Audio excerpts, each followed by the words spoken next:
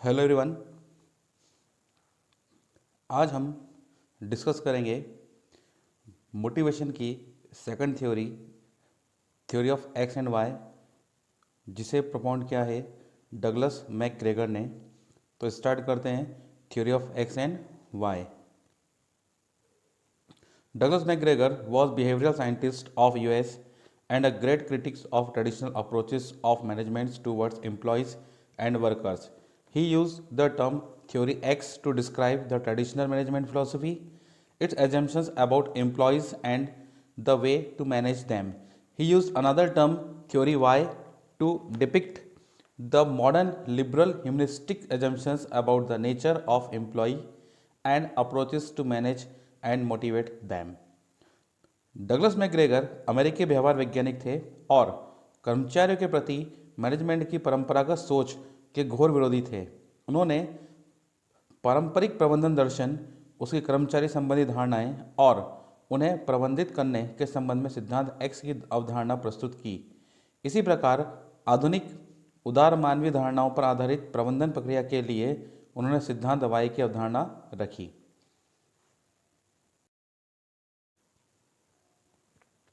It is well known fact that human nature is very complex. No one could understand the human nature perfectly. Since the process of directions is concerned with human, it is essential that the manager should try to understand the nature of human beings so that it can give effective direction. Various models have been developed to describe the nature of humans. यह सब जानते हैं कि मानवीय प्रकृति जटिल होती है।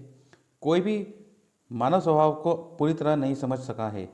चूँकि निर्देशन की प्रक्रिया मानव स्वभाव से ही संबंधित होती है, इसलिए प्रबंधकों को मानव स्वभाव की अच्छी जानकारी होना आवश्यक है।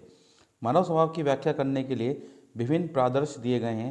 मीन्स अलग अलग व्यक्तियों ने अपने अपने विचार यहाँ पर व्यक्त किए हैं। Douglas McGregor presented two pairs of assumptions about the nature of human beings. The first set of assumptions is called theory X and the second set of assumptions is called theory Y. It is important to note that these assumptions are not based on any research according to the McGregor, they are based on intuitions. Douglas McGregor ने मानव स्वभाव के संबंध में दो धारणाएं दी हैं। पहली वर्ग एक्स सिद्धांत है तथा दूसरी वाई सिद्धांत है। यह महत्वपूर्ण है कि ये धारणाएं किसी शोध पर आधारित नहीं हैं। मैकग्रेगर के अनुसार ये अंतर्बोध पर आधारित हैं। Theory x, this is the traditional theory of human behavior. The main assumptions of theory X are as follows. X सिद्धांत ये मानव व्यवहार के बारे में परंपरागत धारणा है। इस सिद्धांत की प्रमुख धारणाएं इस प्रकार हैं। Average employees is lazy and dull, he work as little as possible.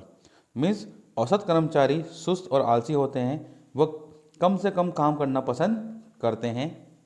Next, he has no ambitions and feeling of responsibilities, उनकी कोई महत्वाकांक्षा नहीं होती है, न ही जिम्मेदारी की भावना उनमें होती है।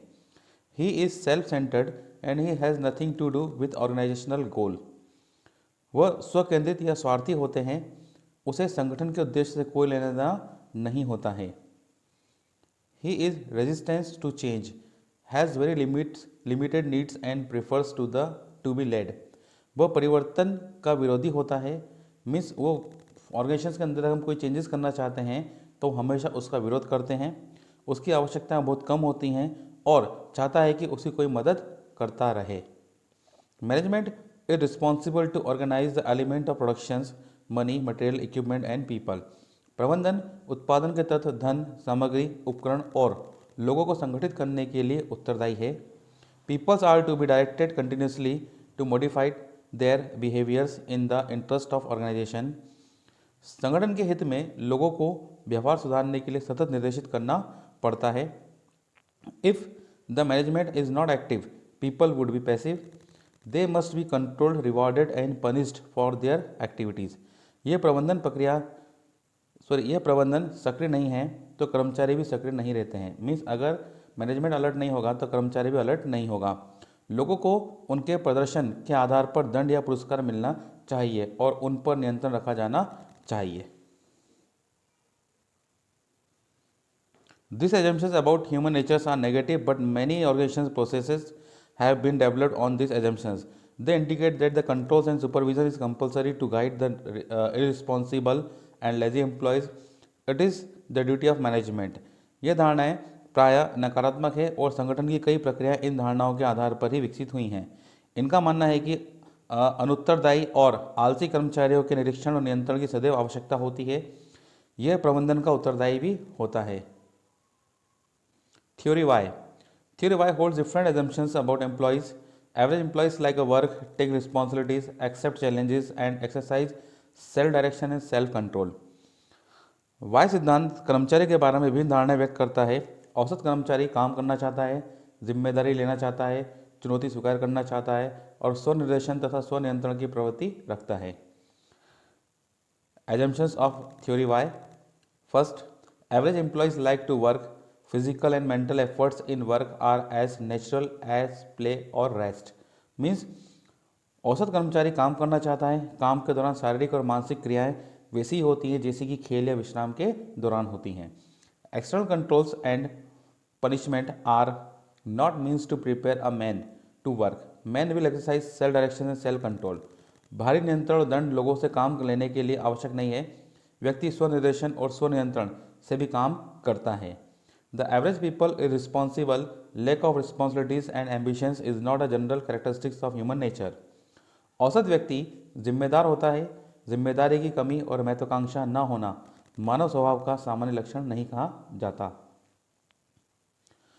It is the duty of management to satisfy the ego needs of people. It is the most significant award for their efforts. लोगों के अहम को संतुष्ट करना मैनेजमेंट का उत्तरदायित्व होता है। यह लोगों के कार्य के लिए उन्हें दिए जाने वाला सबसे अच्छा पुरस्कार होता है। If the employees are giving an opportunity they can utilise a high degree of imagination and creativity in the solution of organisational problem.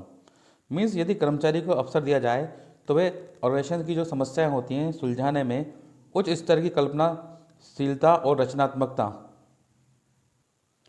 ला सकते हैं। Under the present industrial life, the capacity of the average man is not properly utilized. वर्तमान औद्योगिक जगत में सामान्य आदमी की पूर्ण क्षमता का उपयोग नहीं किया गया है। The assumption of theory Y give a new approach in management. Its aim to be get maximum output with minimum control and directions.